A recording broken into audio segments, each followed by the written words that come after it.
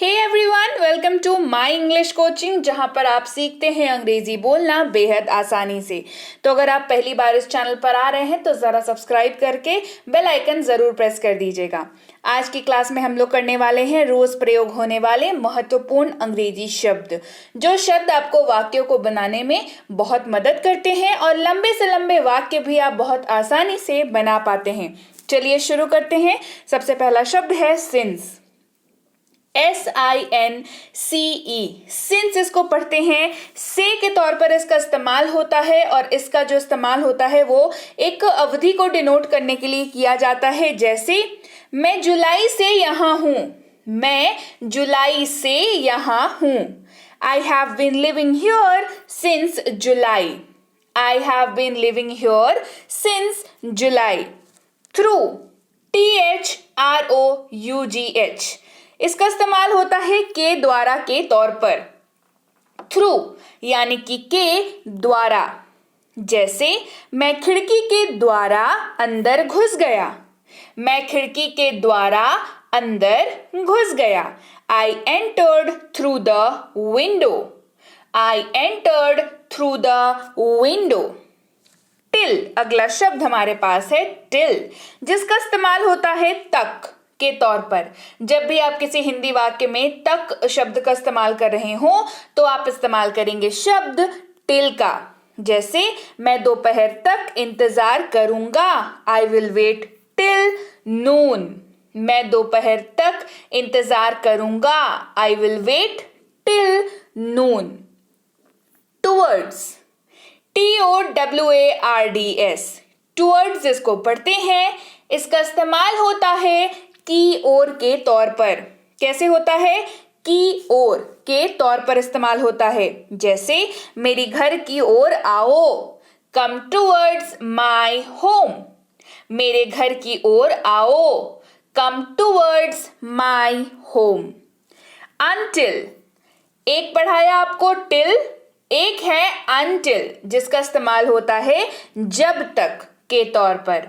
किसके तौर पर होता है? जब तक। Until यानी कि जब तक।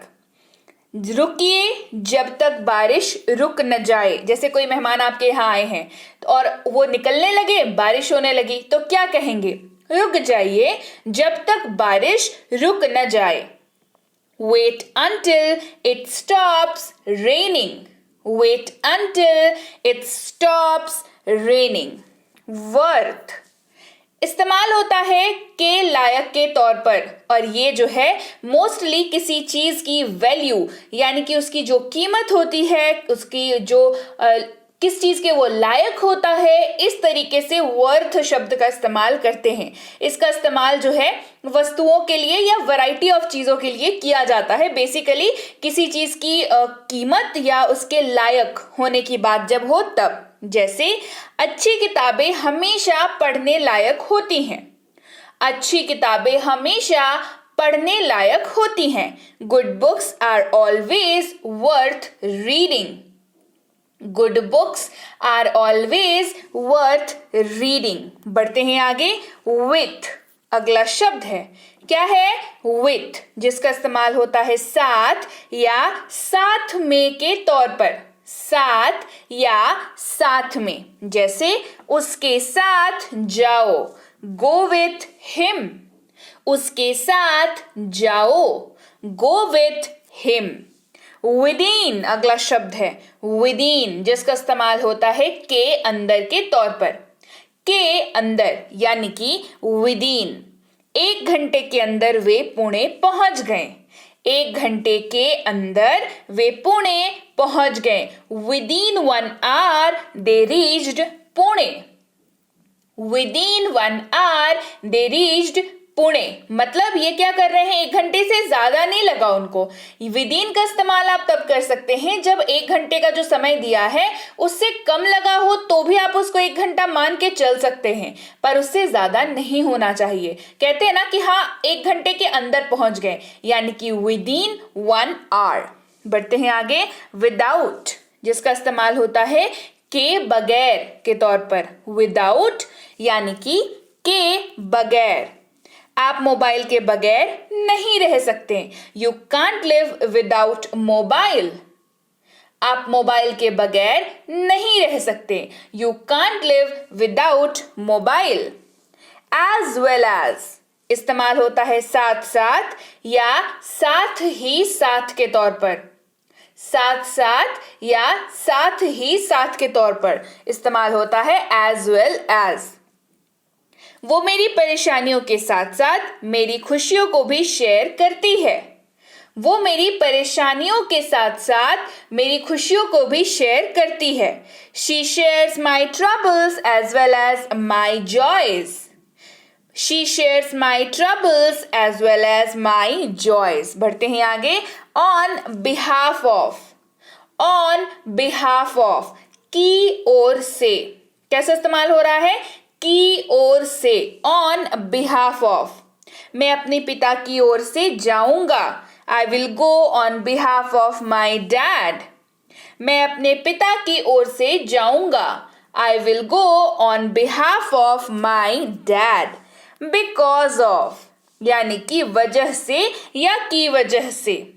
Because of मुझे उसकी वजह से देर हुई। मुझे उसकी वजह से देर हुई। I was late because of him. I was late because of him. To इस्तेमाल होगा से या तक के तौर पर। To इस्तेमाल होता है से या तक के तौर पर। जैसे मुझसे झूठ मत बोलो।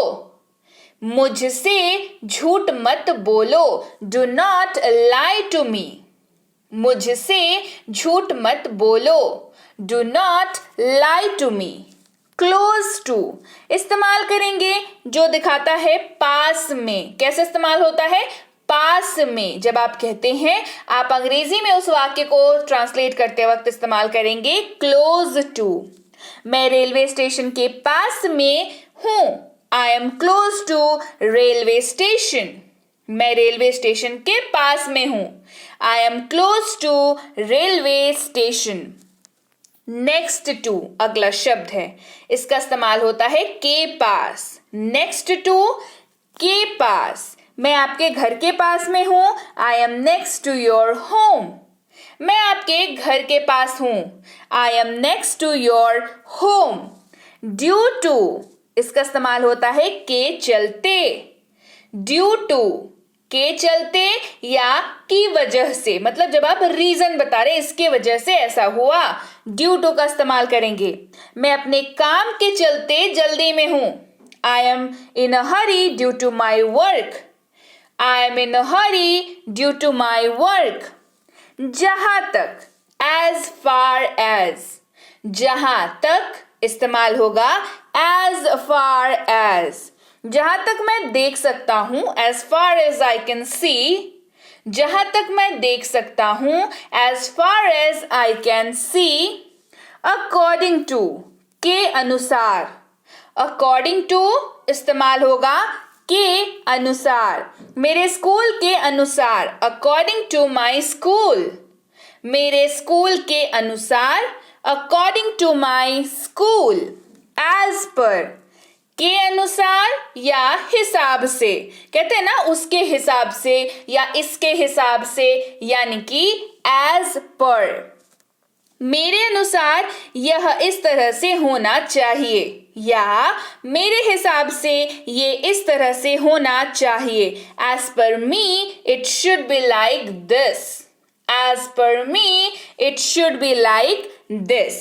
इन फ्रंट ऑफ के सामने। इन फ्रंट ऑफ के सामने। वह हवाई अड्डे के सामने रहती है। She lives in front of the airport. वह हवाई अड्डे के सामने रहती है। She lives in front of the airport. बढ़ते हैं आगे और ये होती है हमारी क्लास खत्म। जी हाँ, तो कैसी लगी आज की क्लास कमेंट करके बताना बिल्कुल मत भूलिएगा, और कमेंट करके बताते वक्त क्लास को लाइक करके शेयर भी कर दीजिएगा, ताकि आगे भी लोगों को ये क्लास जो है वो मिले और उन्हें समझ आए, उन्हें पसंद आए, वे अंग्रेजी अच्छे से सीख सकें। तो चलिए भाई, मैं आपसे मिलती हूँ आपकी अगली क्लास में। Till then, thank you so much for watching और जुड़े रहिए माई इंग्लिश